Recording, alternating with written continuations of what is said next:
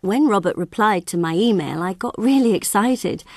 He didn't actually say very much about himself. He just told me that he was now a teacher, which surprised me, because he always used to say he would hate to teach. He also told me that he'd been married but was now divorced. Anyway, I answered his email, and we agreed to meet for lunch at a restaurant I like. It's a place where I often go at weekends. When I got there, I looked around to see if I could see him, but I couldn't, and I thought, typical, same old Robert, because he always used to be late.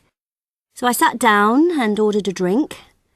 I was just sipping my wine when a man came over to my table and said, "Carol, how are you?" I could hardly believe it. I mean, I know neither of us is young anymore, but I think I look good for my age. People usually say I look, 5 years younger than I am? But Robert looked like an old man. His lovely long hair was all gone.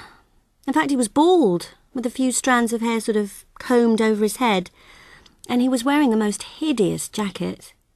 Well, I know you shouldn't judge by appearances, so I smiled at him and we started talking. And, I quite enjoyed the lunch, and we talked a lot about the past. But I knew as soon as I saw him that we didn't have anything in common anymore. And I was right. Instead of the rebel he used to be, he was, now much more conventional than me. In fact, he seemed just like the sort of teachers we used to hate when we were young.